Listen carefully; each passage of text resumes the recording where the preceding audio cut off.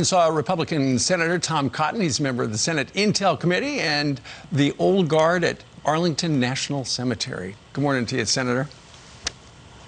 Hey, Steve. Good to be on with y'all. It's great to have you. I know you were down campaigning for the twin Republicans running for the Senate down in Georgia, Perdue and Loeffler. We'll get to that in a second, but tell us a little bit about where we are right now, because we saw Rudy Giuliani at that marathon contentious press conference yesterday. He made a lot of allegations, and a lot of people are going, I wonder if there's anything to that, or is there? Yes, Steve, I think where we are is to the point that we need the evidence to be adduced in court. Rudy Giuliani and the president's lawyers have multiple lawsuits filed around the country. We're to the point, though, where this is time not for politicians or for press conferences. That was during the election. This is the time for evidence in court. So you still have some recounts going on, as we heard in Wisconsin, potentially another recount in Georgia, but this will really be decided in the end on the law and the facts.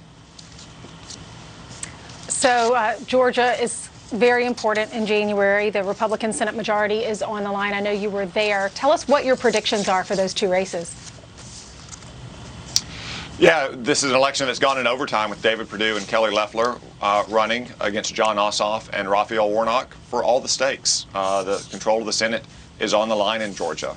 If Chuck Schumer gets his way, if he gets the Senate majority, as we heard on the streets of New York just a couple weekends ago from him, that he plans to change America. I can tell you, having been in Georgia yesterday, that people there don't intend to let Chuck Schumer, quote unquote, take Georgia or to change America, because his kind of change means packing the court, raising your taxes, making Washington, D.C. a state, taking away your health insurance on the job, taking away your gun, giving amnesty to illegal immigrants. Senator, I know that's not what the people of Georgia want, and that's not what they're going to allow. And the fact that you and Marco Rubio have already been there and the vice president's going there shows that the Republicans understand what's at stake. But the one thing that Senator Lindsey Graham told us yesterday that has to change is this new thing where one person has a chance to judge the signature check for mail-in balloting or these absentee ballots that I guess have to be requested for. Someone's got to change that, because that one person no one knows anything about, but you can't match signatures because they threw out the envelopes. So that Stacey Abrams group has gotten in there, and they haven't broken the law, but it's time for people to balance out what's taking place there.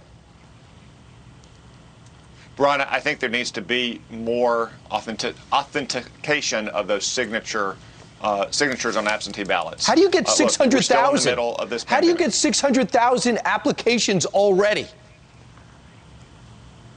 Well, both sides are encouraging voters, if they're worried about their health, to vote by absentee ballot. Absentee ballots have long been used in Georgia and other states. What there has to be is bipartisan authentication of signatures. Yes. And if there's any question at all, those signatures and ballots have to be set aside so you can actually give redress, so you can make sure that if a signature doesn't match, that ballot hasn't been thrown in the hopper and can no longer be traced back to its signature.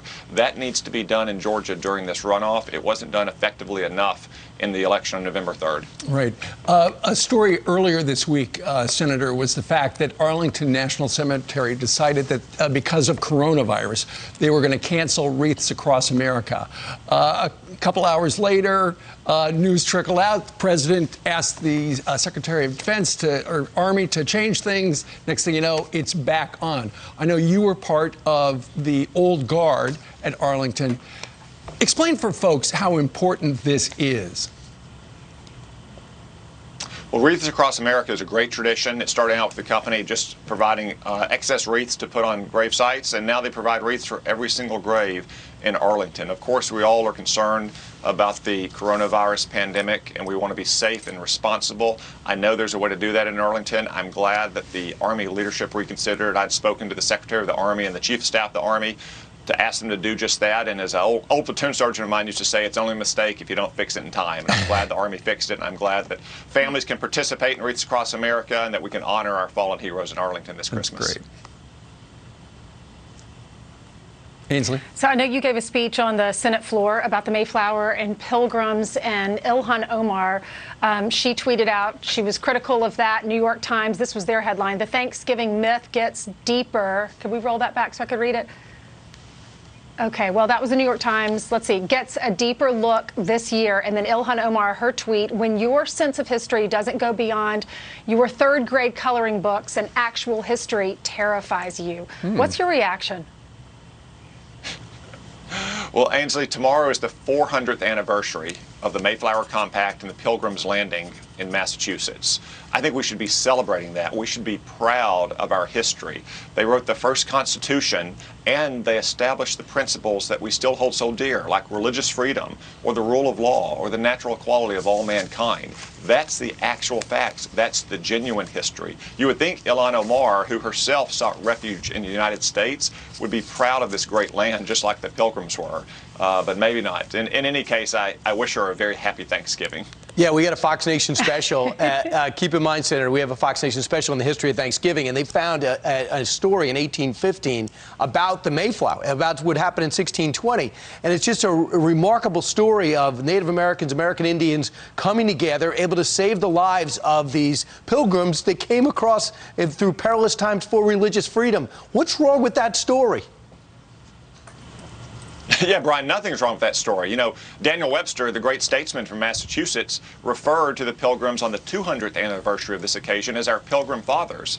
I think the Pilgrims of 1620 deserve to be in the American pantheon along with the Patriots of 1776 as the founders of this nation. We ought to be celebrating their anniversary tomorrow. All right. Senator Tom Cotton joining us from the D.C. area. Senator, thank you very much, and have a great holiday week next week.